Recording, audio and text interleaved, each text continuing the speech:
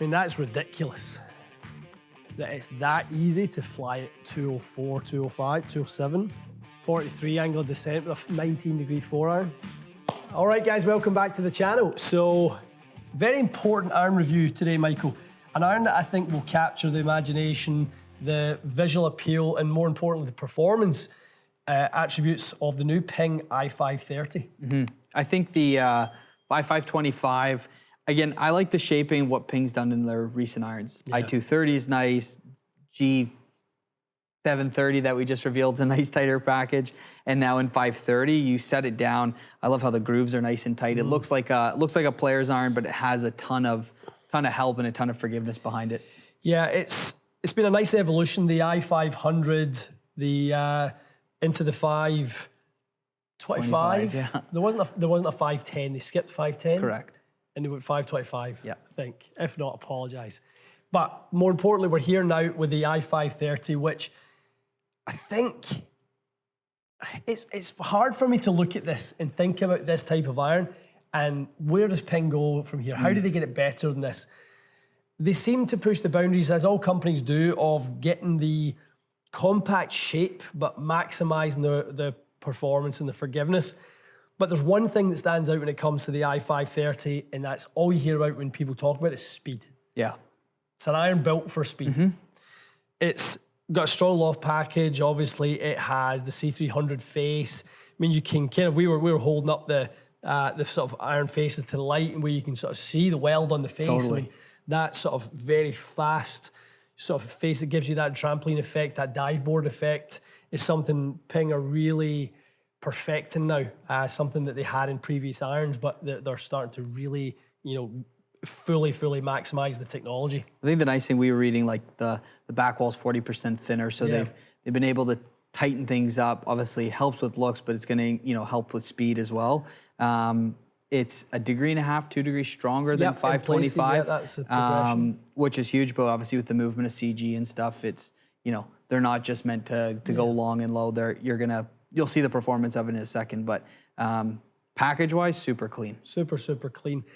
I mean, as the iron's getting this progression towards stronger, Mikey, going further, quick pivot to the ball. It's important that you don't overlook the golf ball, and we never do in these tests. We always pick a ball appropriate for the test. And while we're talking about Ping, we're going to talk about ball dynamic. There's no better way to make sure, if you're going to go in that direction towards a set of irons that are going to sort of maybe decrease spin a little bit, but you're going to get some distance gain, you're going to want to look at a golf ball that complements that. Make sure that that's a well-rounded package for you in your game. So as well as making a hell of an iron, which they have in the i530, I think the ball dynamic function or sort of features and functionality is something that people can really benefit from. So if this is something you're looking at, or a stronger lofted iron set, probably add that into your sort of fitting with it. All right, let's start with the wedge. Okay. Give me a shout what the loft is. I actually don't know what the loft is on this guy. It's got to be in the 43, 42 territory. Okay, Fraz, 135 yards. Yep. 42 degrees aloft on the pitching wedge. We've upped obviously the yardage from our previous test. Yeah. We're still trying to kind of regulate a certain speed. Yeah, I'm not going to go all out at these, but definitely gives us a chance to see who this would fit for and a speed it would work with. It.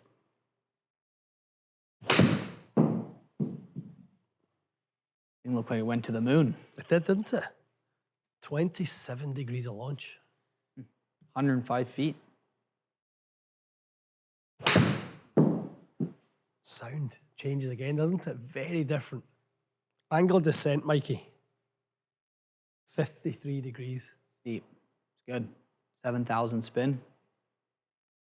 That felt like a good one. They're very chippy. And off the face, feels forged. Let's see. No, it forged is the body. It feels like, or certainly the part I'm hitting feels fast and thin, and it does feels like there's some help.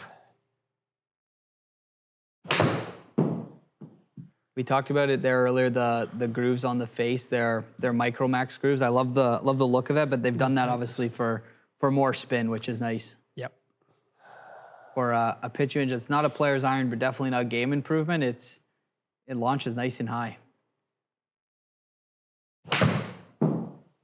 Really toy. But it's good. Really good.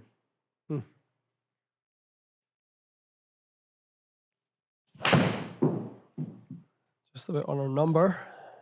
It was pure. Fraction, maybe a little toey. Just a little bit. 113 feet in the air. Was it really?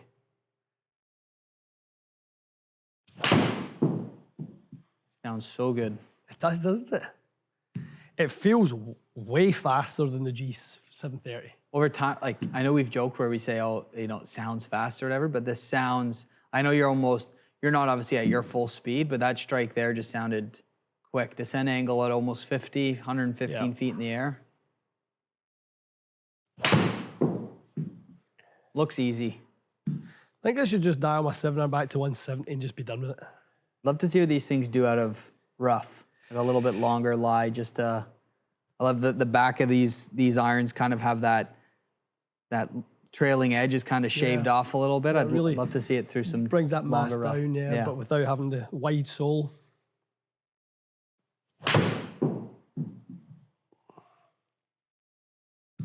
Feathered 7-irons, 175 yards. The shape is lovely. I will say that. You could forget that it's a 5 series iron in a heartbeat.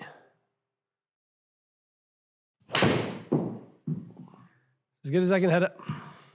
Oh, nice. Feathered, I mean, that peak height is crazy. It spins really good off it. Let's just hit one, just to see. Okay, so let's see. You know, this is what was that, 123 in the last. That was a nice 122 ball speed. Yeah, my 7-iron at my speed, at, you know, whatever I swing at 95 or so, 96 is, 95 is, it's going to be like, 124, 125.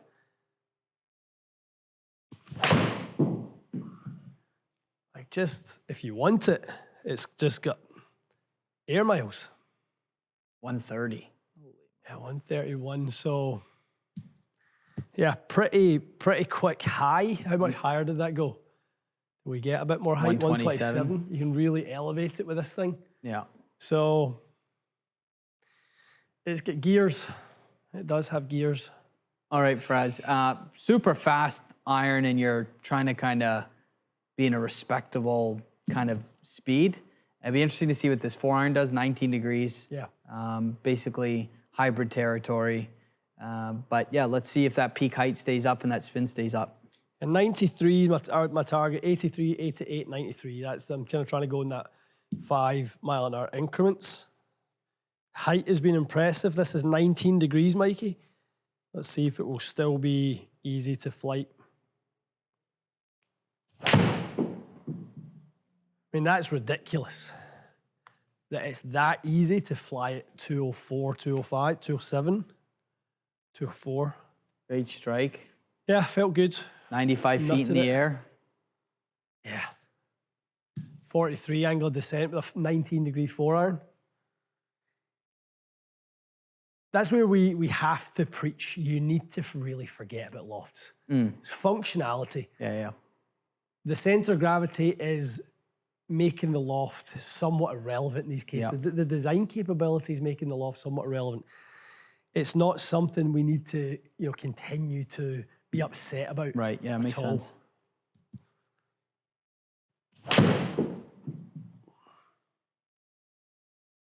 Sounded good, just drifted on you. Yeah, it was a good strike again, just to face a little bit open.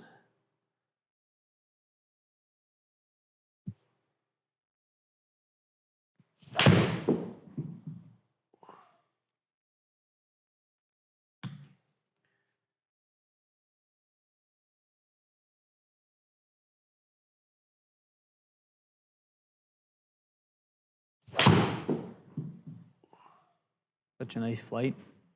We keep talking about it. I'm going to say it again. I love the sound of these irons. It's nice, isn't it? Sounds so easy. Sounds so good. Super crisp.